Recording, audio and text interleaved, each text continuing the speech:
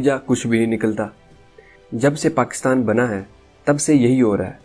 मसाइल वैसे ही हैं बल्कि मसाइल और बढ़ रहे हैं। गुर्बत, जहालत, झूठ, चोरी, मुनाफकत, लूट मार और धोखाधड़ी वगैरह। कोई ऐसा शोबा नहीं जिसमें ये चीज़ें ना हों। अदालत में इंसाफ नहीं, पुलिस के महकमों में रिश्वत का बाजार गर्म है। तो आज हमारी इस वीडियो का मौजू भी यही होगा कि पाकिस्तान में तमाम मसाइल की असल जड़ क्या है, जिसको हम साइंटिफिक अंदाज में करेंगे। साइंस कहती है कि किसी भी मसले को हल करने से पहले उस मसले को समझना बहुत ज़रूरी होता है। अगर उस मसले की जड़ तक पहुंच जाओ तो आपने 50% मसले को हल कर लिया है। इसके बाद उस मसले के लिए ऐसी तजवीज़, थ्योरी या हल ढूंढा जाता है जो प्रैक्टिकली मुमकिन हो। इसको समझने के लिए हमारे सामने 2 पॉइंट होने चाहिए।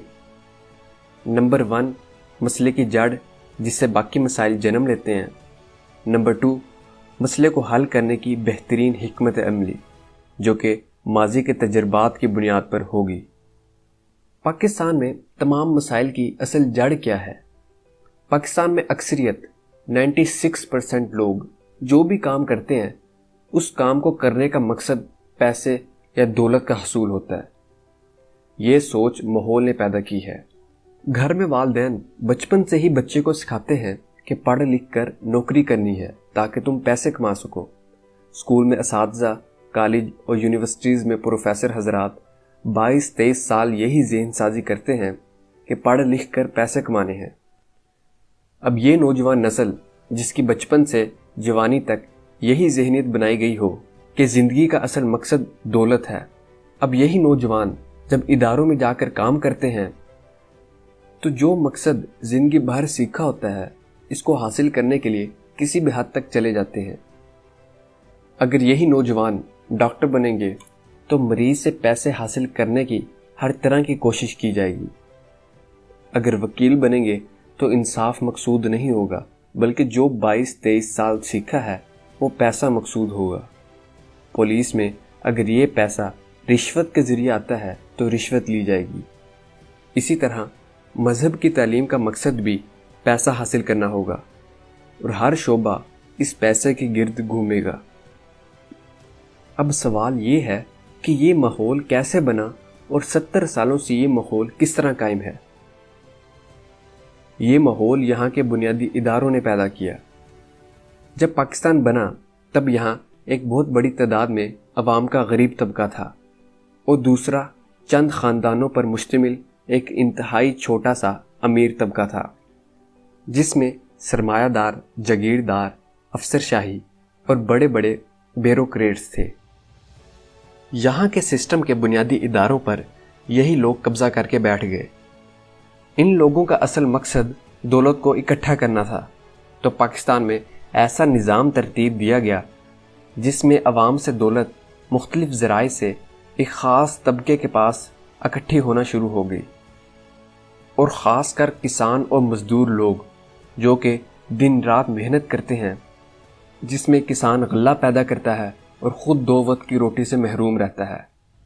वही मज़दूर जिसकी दिन रात की मेहनत से यहाँ इमारतें या फैक्ट्रियों में चीज़ें बनती थी, वो ख़ुद ज़िंदगी गुजारने वाली तमाम बुनियादी ज़रूरियात से महरूम हो गया। ये 1% तबका सिस्टम की अथॉरिटी को इस्तेमाल करके सारी दौलत पर बग़ैर किसी तरह की मेहनत के काबिज़ हो गए। अब इस तमाम चीज़ को हम स्केच की सूरत में समझते हैं। दौलत की पूजा की सोच, जिसे हम सरमायादारी फ़लसफ़ा भी कहते हैं, उसको कायम रखने वाले 4 उन्सर हैं: सरमायादार, जागीरदार, ब्यूरोक्रेट्स, अफसरशाही। ये लोग मुल्क को चलाने वाले 3 बुनियादी इदारों पर कब्जा करके बैठे हैं। पहला पार्लियामेंट, जहां लोग बैठकर कानून बनाते हैं। दूसरा इंतज़ामिया के इदारे, जिसमें इंतज़ामिया के जितने भी बड़े बड़े अफसर हैं जैसे कि पुलिस वगैरह। और तीसरा अदालतें, जिसमें बड़े बड़े जजेस शामिल हैं।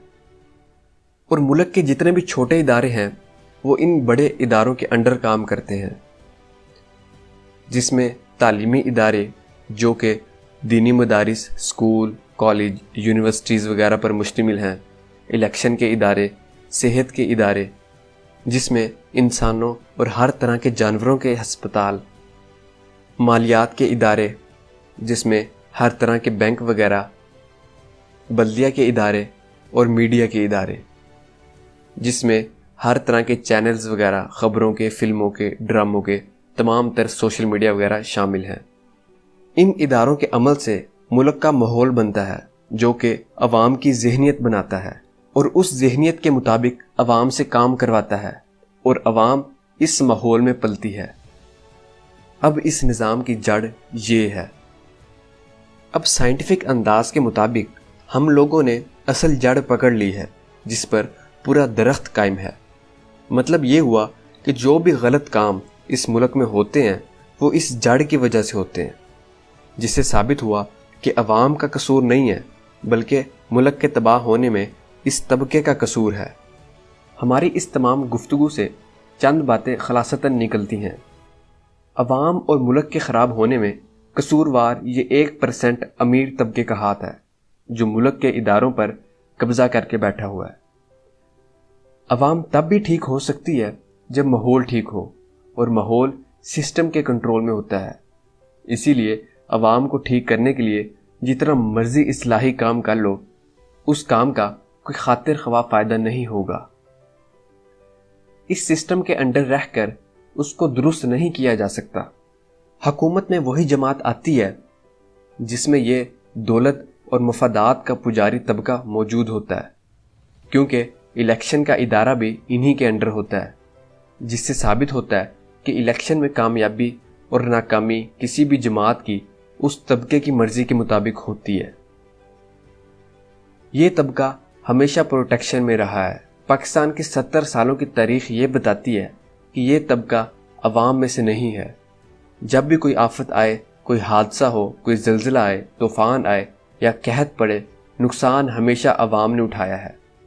یہ طبقہ ہر طرح کے حالات میں ہمیشہ خوشحال رہا ہے، اور ہمارے ہاں زیادہ تر کسی ایک ادارے کی طرف توجہ دلائی جاتی ہے کہ تعلیمی ادارہ ٹھیک ہو جائے تو تمام مسائل حل ہو جائیں گے، یا الیکشن کا ادارہ درست ہو جائے تو یہ تمام مسائل حل کیے جا سکتے ہیں، جبکہ یہ تصور غلط ہے۔ کیونکہ اگر کسی درخت کی جڑوں کو چھیڑے بغیر اس کے پتے یا شاخیں کاٹ دی جائیں تو وہ دوبارہ اگ آئیں گے، اور وہ عمل تب تک جاری رہے گا جب تک اس کی جڑوں کو نہ کاٹ دیا جائے۔ اب تمام مسائل کی جڑ معلوم ہو گئی ہے، اب اس جڑ کو کیسے ختم کیا جائے اور نیو سٹرکچر کیسے بنایا جائے، اس کے لیے ملتے ہیں اگلی ویڈیو میں۔